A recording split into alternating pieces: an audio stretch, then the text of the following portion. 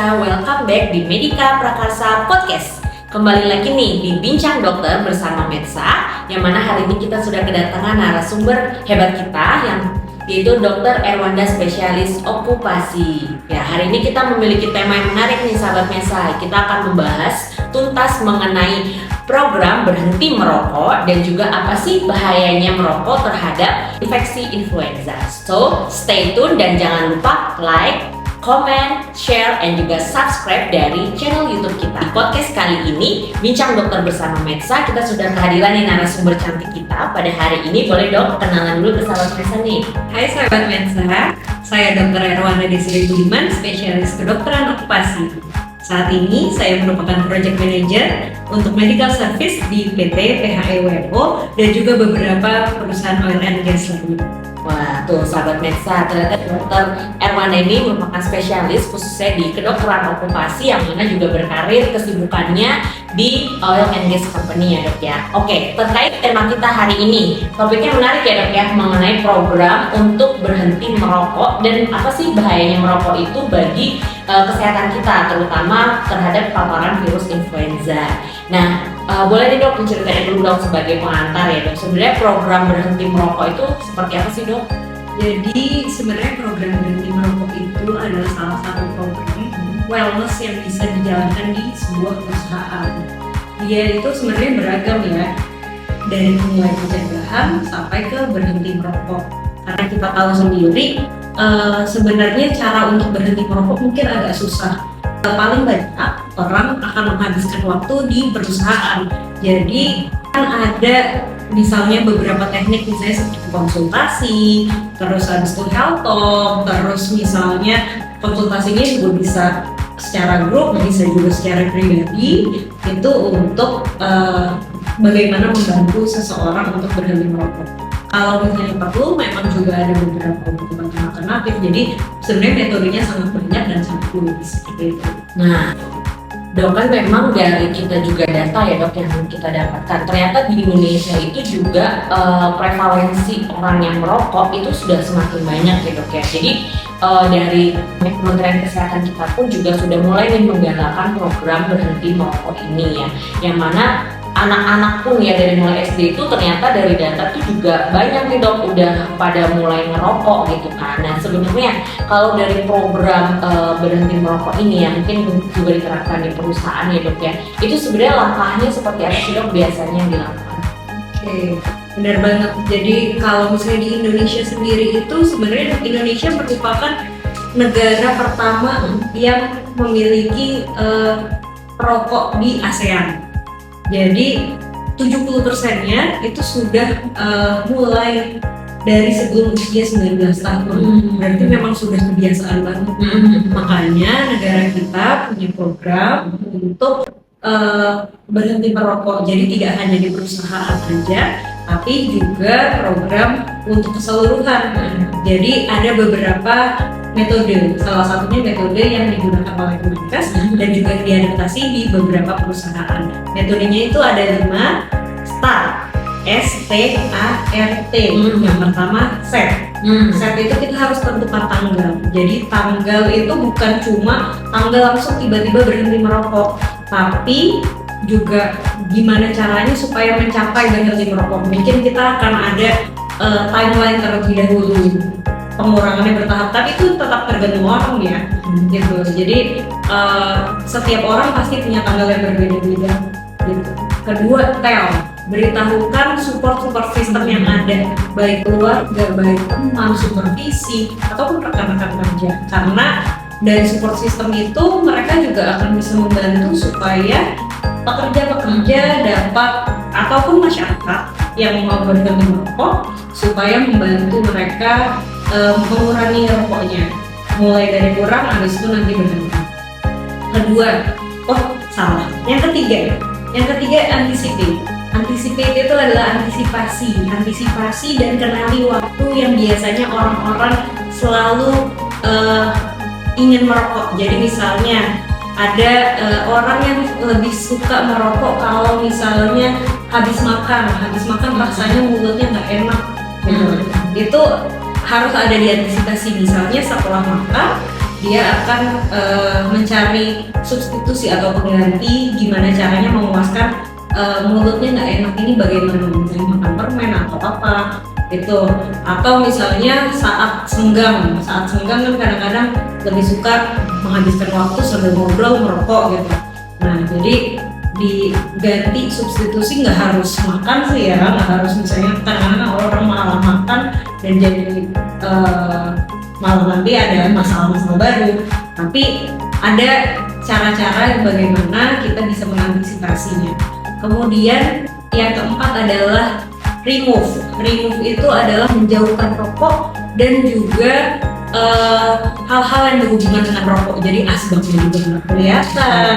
Terus habis itu kalau bisa sih sebenarnya punya teman-teman atau lighternya juga nggak kelihatan, karena itu ngaruh tuh dong. Kalau misalnya kita melihat ada asbak, wah jadinya keinget nih mau rokok lagi, benar-benar. Terus yang terakhir adalah talk ini adalah sebuah konsultasi yang mana mungkin di perusahaan kita bisa lebih fokus ke pekerja-pekerja yang merokok itu sendiri. Dan juga kalau misalnya masyarakat umum sih jangan takut untuk ke fasilitas kesehatan. Kalau misalnya memang dia ada kesulitan untuk berhenti merokok, itu juga bisa. Berarti saat ini juga memang dari negara kita sudah menggalakkan ya dok untuk program berhenti merokok, yang mana ini juga diterapkan ya dok ya di perusahaan yang saat ini dokter juga praktek ya dok ya, yaitu dengan menggunakan START tadi ya, START. Nah dicatat ya sahabat Medsa, yang mana kita yang pertama kita harus set dulu, kemudian kita setting nih kapan kita mau berhenti merokok ini, kemudian kita kita tel bagaimana sih dukungan untuk memberikan dukungan dari perusahaan, dari pihak rekan kerja maupun keluarga, kemudian kita antisipasi, kemudian kita lakukan remove ya, tadi dihilangkan tuh apa semua yang peralatan yang berhubungan dengan rokok, dan juga konsultasikan dengan perusahaan maupun dengan layanan kesehatan yang terdekat gitu ya. Oke. Nah kendalanya gimana nih dok? Ada nggak sih yang ditemukan dalam program berhenti merokok ini selama di perusahaan? Pasti banyak banget ya dok, karena untuk angka relapse ataupun gagal itu memang sangat tinggi. Jadi memang pekerja-pekerja ini kalau tidak dimulai dengan dirinya sendiri, dia balik lagi, gagal lagi, misalnya seperti itu ada kasusnya, tetap ada.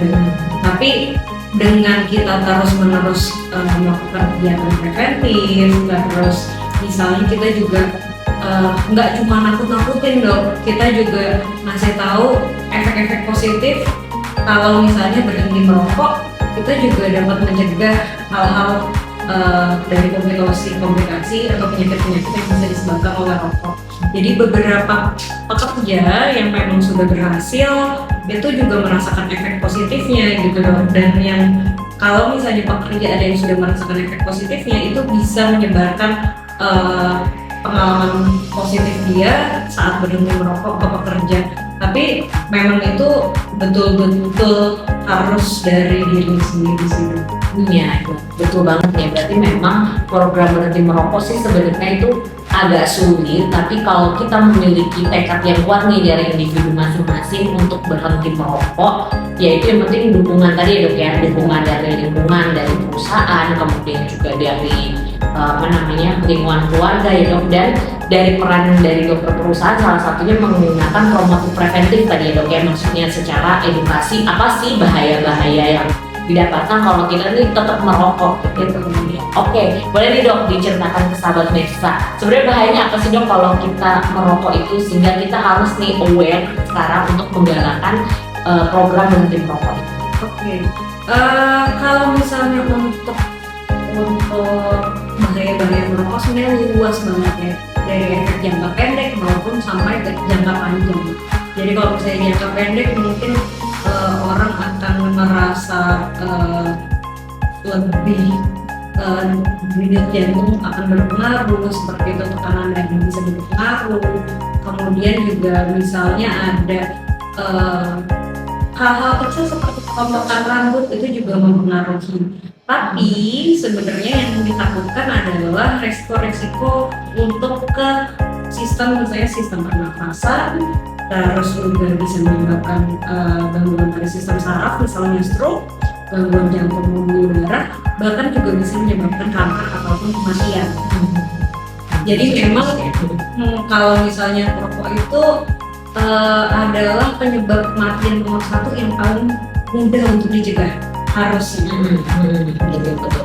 Sebenarnya udah ada campaign juga ya dari pihak perusahaan rokok juga, di mana di kemasan rokok itu sudah ada tuh bahayanya apa sih rokok itu ya. Tapi ya ternyata prevalensi kita malah cenderung makin meningkat nih. Makanya kita sebagai tim medis ya kita tetap harus menggalakkan edukasi untuk program berhenti merokok ini ya dok ya. Jangan berharap program berhenti merokok ini hari ini kita mau set berhenti, besok berhenti ya, tidak semudah itu. Apalagi tadi udah dalam jangka panjang ya dok ya, 10 tahun, jadi tidak ada yang instan, dimana kita harus tetap berproses ya dok ya. Jadi kalaupun memang mungkin merasa agak sulit, ya itu segera konsultasi tadi yang ke support yang ada yang di perusahaan ataupun nanti ke layanan kesehatan yang terdekat gitu ya dok ya.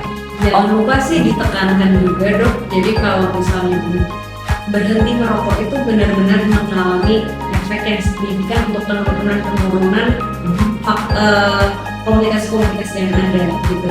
Jadi baik mulai dari satu tahun berkurang merokok itu akan mengurangi resiko kardiovaskular, terus habis itu 5 tahun berhenti merokok dia akan mengurangi resiko stroke, dan kalau misalnya lebih dari 10 tahun bahkan lebih baik lagi berhenti merokok, dia bisa sampai mengurangi risiko sama seperti orang yang tidak pernah merokok. Wah, nah ini perlu dicatat tuh sahabat Mesa ya, bahwa penting banget ternyata program berhenti merokok ini, karena memang setiap tahun dievaluasi itu akan mulai berkurang ya beresiko dari macam-macam tadi bahaya atau dampak buruk dan komplikasi dari rokok itu sendiri.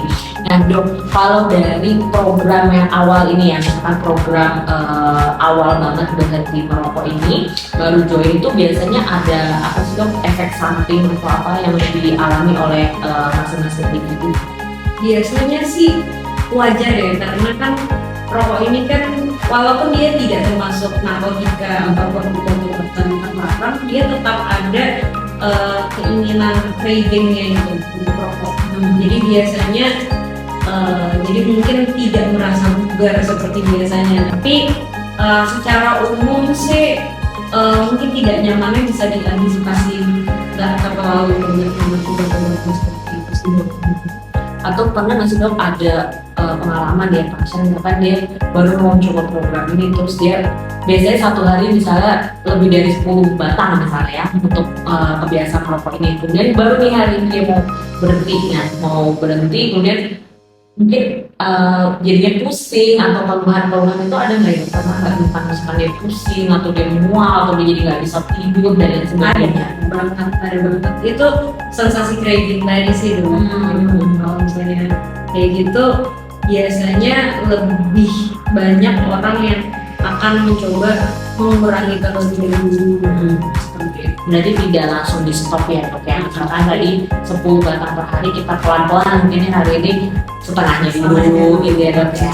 Jadi beberapa waktu tertentu nanti berkurang lagi jadi setengahnya lagi, terus habis itu jadi secara bertahap. Iya, jadi memang tadi ya prosesnya tidak bisa instan ya dok, di dalam program ini memang harus dipantau secara reguler juga ya dok, secara bertahap, karena programnya ini mungkin bukan program dalam 1-2 bulan dia selesai, tapi ya kita harus continue maintenance gitu ya dok ya, supaya memang program ini benar-benar dia berhasil seperti itu dok ya.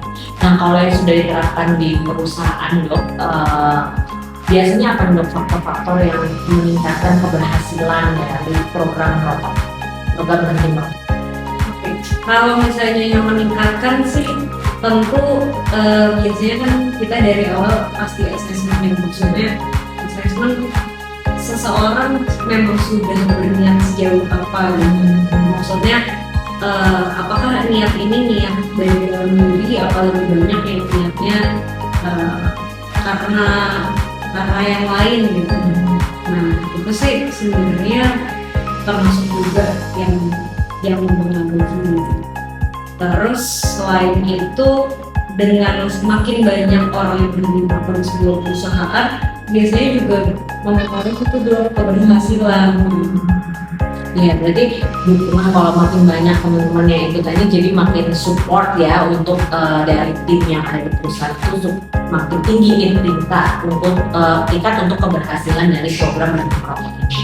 Oke, terakhir nih Dok, mungkin ada pesan-pesan nggak yang bisa diberikan ke sahabat Medsa terkait program berhenti merokok ini dan tadi ya bahayanya terhadap paparan rokok terhadap influenza ya, virus influenza tadi. Oke.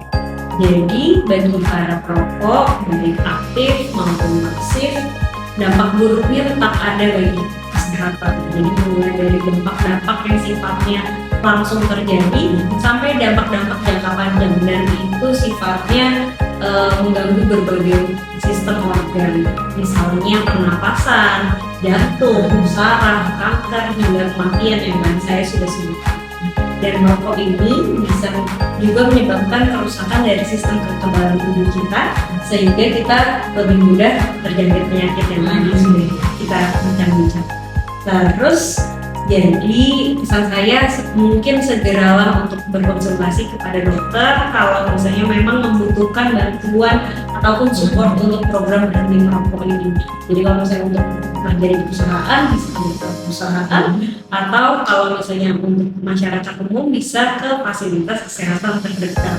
Jadi lebih baik mencegah daripada mengobati ya Dok? Ya betul banget Dok. Nah ini ya perlu dicatat sahabat Medsa tadi sudah dijelaskan Dr. Erwana nih terkait bagaimana sih program berhenti merokok itu dilakukan mulai dari start, kemudian bagaimana pencegahan yang bisa dilakukan secara individual ya, yang bisa dilakukan secara mandiri dan juga termasuk untuk pencegahan dari luar ya, salah satunya dengan vaksinasi influenza tadi. Baik, terima kasih Dr. Erwana untuk sharingnya sangat bermanfaat di hari ini. Sampai ketemu lagi di podcast kita episode selanjutnya. Terima kasih sahabat Medsa yang sudah stay tune terus di podcast Bincang Dokter bersama Medsa. Sampai ketemu di episode selanjutnya. Jangan lupa untuk like, share, komen, dan aktivasi lonceng dari channel YouTube kita. Bye!